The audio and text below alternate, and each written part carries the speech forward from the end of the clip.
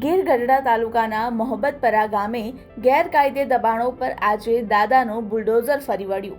મોહબ્બતપરા ગામે આજે પહેલા દિવસે અંદાજિત 35 વીઘા જેટલી જમીન ખાલી કરવામાં આવી હતી, જેમાં આંબા, મોટી બોરડી જેવા ઝાડ પાડીને ગૌચર જમીનની પેશકદમી દૂર કરવામાં આવી।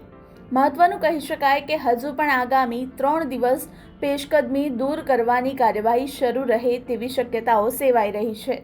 મારું નામ મુકેશભાઈ સગનભાઈ કલસરિયા, ગામ મોહબ્બતપરા।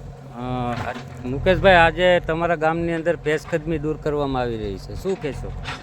આજે ગીર ગઢડા તાલુકાના મોહબ્બતપરા ગામે આજે સરકાર દ્વારા નિયમ અનુસાર 22/4/2025ના રોજ આજે જે ડિમોલેશન જે ચાલી રહ્યું છે તેમાં શાંતિપૂર્વક ખેડૂત અને ખેડૂત ખાતેદારોનો ખૂબ સહકારથી અમે સ્વેચ્છાએ રીતે જે જાળવણી કરવામાં આવી હતી એ જ રીતે અમારું દબાણ દૂર થઈ રહ્યું છે।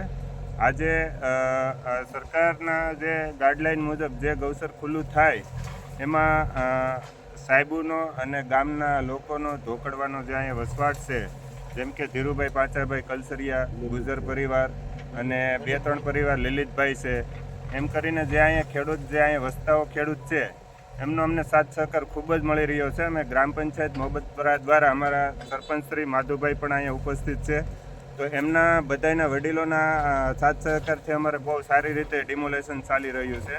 તો આવી રીતે અમારું ડિમોલેશન સરકારના જે 3 દિવસનું ડિમોલેશન આપેલું છે શાંતિપૂર્વક પૂરું થાય એવી અમે